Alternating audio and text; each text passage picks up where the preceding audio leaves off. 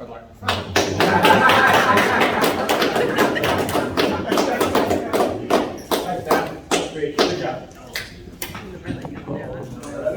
Now, I want to tell you a story.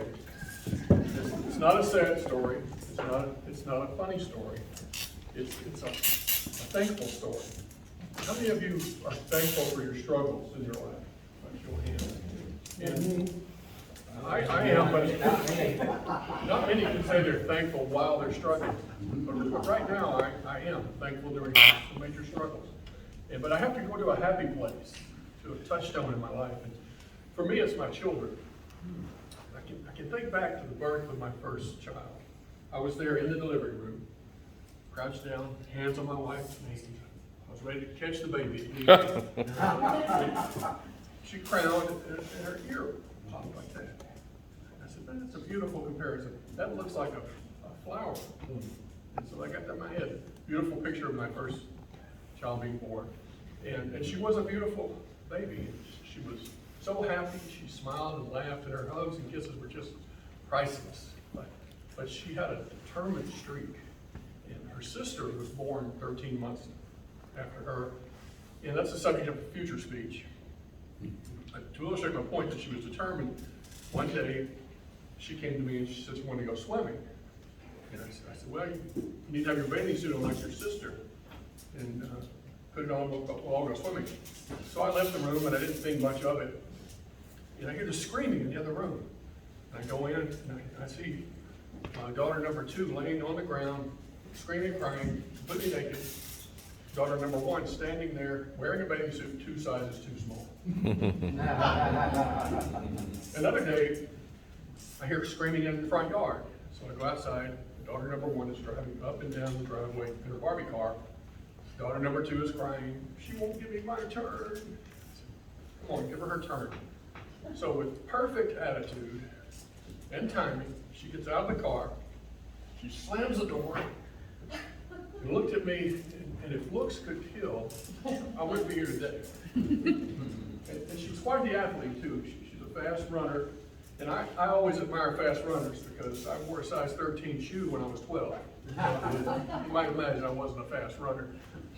And in those days, my wife and I weren't agreeing to much of anything, but we did agree to support daughter number 1 in her soccer career.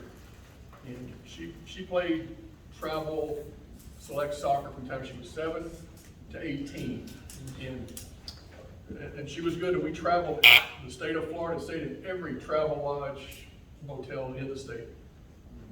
The other parents were our only friends. And I'll never forget her scoring the winning goal for Annunciation Catholic Academy in the last minute of the game with her left foot from outside. That's something that will stick with me forever. And she continued her soccer career into college. She played on scholarship for the University of West Florida. And her first job was as a server and an event planner at the tap room at Dove Street. And she learned so much about customer relations and how to quiet, upset customers in that job. And she has a wonderful appreciation for how hard servers work. She's always a big tipper. A little later, Enterprise Rent-A-Car, who you may know is one of the best management training programs in the country. And other companies hire from Enterprise because their managers are trained so well. And they recruit college athletes, which she was. So she went to work for them, worked so hard. She'd be working the counter, and then 10 minutes later outside washing a car in high heels. And if they wanted a promotion, they promoted from within. And you had to interview against any number of others that wanted that job. So you had to really be sharp. And she was progressing nicely and got the job of area manager with several stores. Enter COVID. The entertainment and travel business was decimated. And like hundreds of others, she lost her job at Enterprise. And I really hurt for her because she put so much into that job. But 3 weeks later, she had found a job, a company out of Wisconsin that was expanding nationwide with fiber optics and serving underserved communities with internet service. And they were expanding into Florida, and she landed that job. And it was a much better job than what she had. So she has that job now. She's still an athlete. She works out at Orange Theory. She plays co-ed soccer. She's raising a 12-year-old son. She's raising a 38-year-old husband. And if she were here today, I'd just like to tell her that I'm sorry for my many shortcomings. And I'm very proud of her, and I love her very much. Oh, she is here today.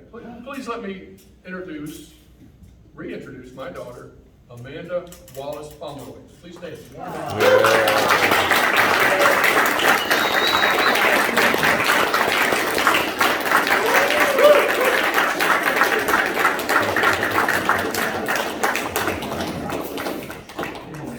We are so sorry.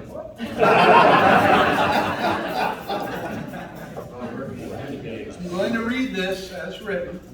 Delivering his second speech in the comedy track out, Pathways, entitled, "My Daughter's Left Foot Please." Welcome, Daniel Day Wallace.